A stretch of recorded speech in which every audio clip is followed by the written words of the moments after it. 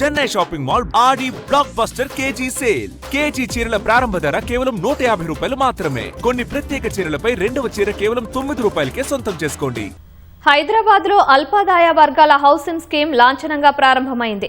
సచివాలయంలో మంత్రులు Ponguleti Srinivasa Reddy, Ponnam Prabhakar, Sridhar Babu, Azharuddin LIG scheme ప్రారంభించారు. పథకం పేరు, విధి విధానాలు, అర్హతలు, దరఖాస్తుల ప్రక్రియను ప్రకటించారు.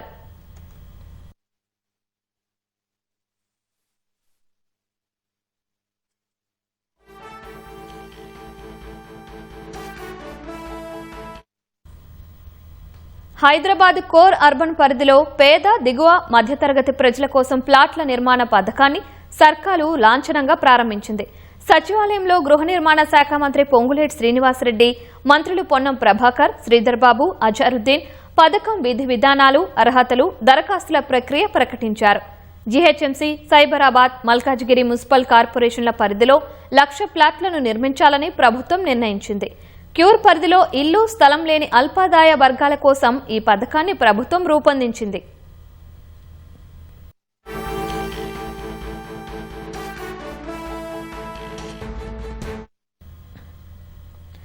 క్యూర్ పరిధిలో ఇల్లు, స్థలం లేని వారికి మొదటి విడతలో ప్రాధాన్యం ఇవ్వనున్నట్లు మంత్రి పొంగులేటి తెలిపారు.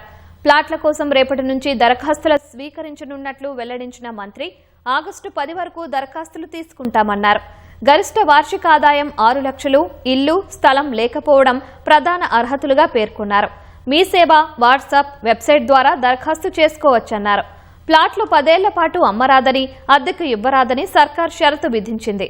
అయితే అవసరాల కోసం బ్యాంకులో తనఖా పెట్టుకునేలా అవకాశం కల్పించింది. పారదర్శకంగా ప్లాట్లు కేటాయిస్తామన్న మంత్రి పొంగులేటి, పార్టీ, మతం, కులం ప్రామాణికంగా తీసుకోమన్నారు. క్యూర్ ప్రాంతంలో ఇళ్ల నిర్మాణం నిరంతర ప్రక్రియ అని మంత్రి పొంగులేటి స్పష్టం చేశారు.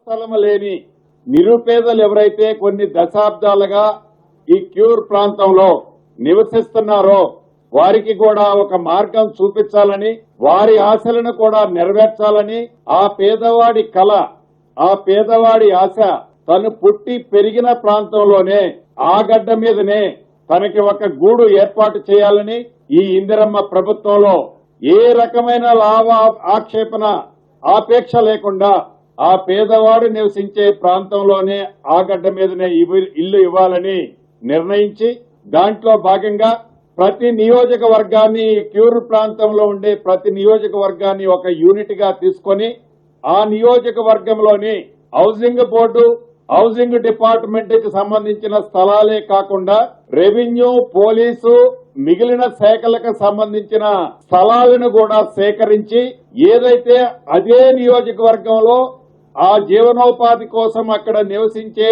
ఆ బడుగు బలహీనుల కోసం ఇళ్లిచ్చే కార్యక్రమం శ్రీకారమే ఈ రోజు ఈ 1,00,000 ఇళ్లకాయ లాంఛనంగా ప్రారంభించే కార్యక్రమం బ్రోచర్స్ కనుక ఇతరత్ర. బీఆర్ఎస్ ప్రభుత్వం అనాలోచిత నిర్ణయం వల్ల కట్టిన ఇల్లు కూడా ఇవ్వలేకపోయారని మంత్రి పొంగులేటి విమర్శించారు. కోర్ పరిధికి 30 కిలోమీటర్ల దూరంలో గత ప్రభుత్వం ఇల్లు ఇచ్చిందన్న మంత్రి, గత ప్రభుత్వం నిర్మించిన ఇళ్లలో కొంతమందే నివసిస్తున్నారని తెలిపారు. ఉపాధికి దూరంగా ఉండడంతో పేదలకు ఇచ్చిన ఇళ్లలో నివసించడానికి ఇష్టపడట్లేదన్నారు. ధనికులు నివసించే చోటే పేదలకు ఇల్లు ఇవ్వాలనేదే తమ సంకల్పమని ఉద్ఘాటించారు. ఆనాటి ప్రభుత్వం యొక్క ఆలోచన విధానంలో చిన్న పొరపాట్ల వల్ల వారి ఆలోచనని సరిగ్గా పెట్టి ఉంటే ఆ కట్టిన కొద్దో గొప్ప ఇళ్లైనా కూడా నిజంగా నిరుపేదలకి ఉపయోగకరంగా ఉండేవి.